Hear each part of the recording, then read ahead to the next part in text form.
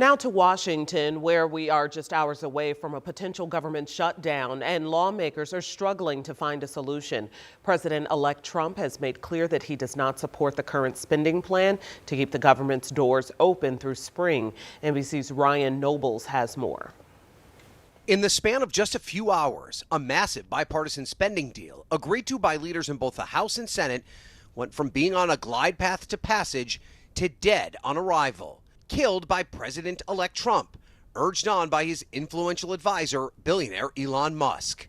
Now Congress is racing to avoid a shutdown, which would halt some government services and leave many federal workers and military members without a paycheck around the holidays.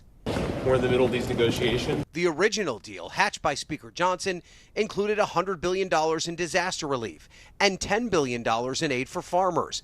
But it also included a long list of pet projects from lawmakers from both sides, like a provision to increase the pay of members of Congress. Some hardline Republicans already opposed. This is a sandwich. I don't know how else to say that. We're being forced into this. Musk will lead Trump's effort to cut government spending and has been close to the president-elect throughout the transition period. The billionaire regularly posting attacks on the bill, writing yesterday, "Who votes for this outrageous spending bill deserves to be voted out in 2 years."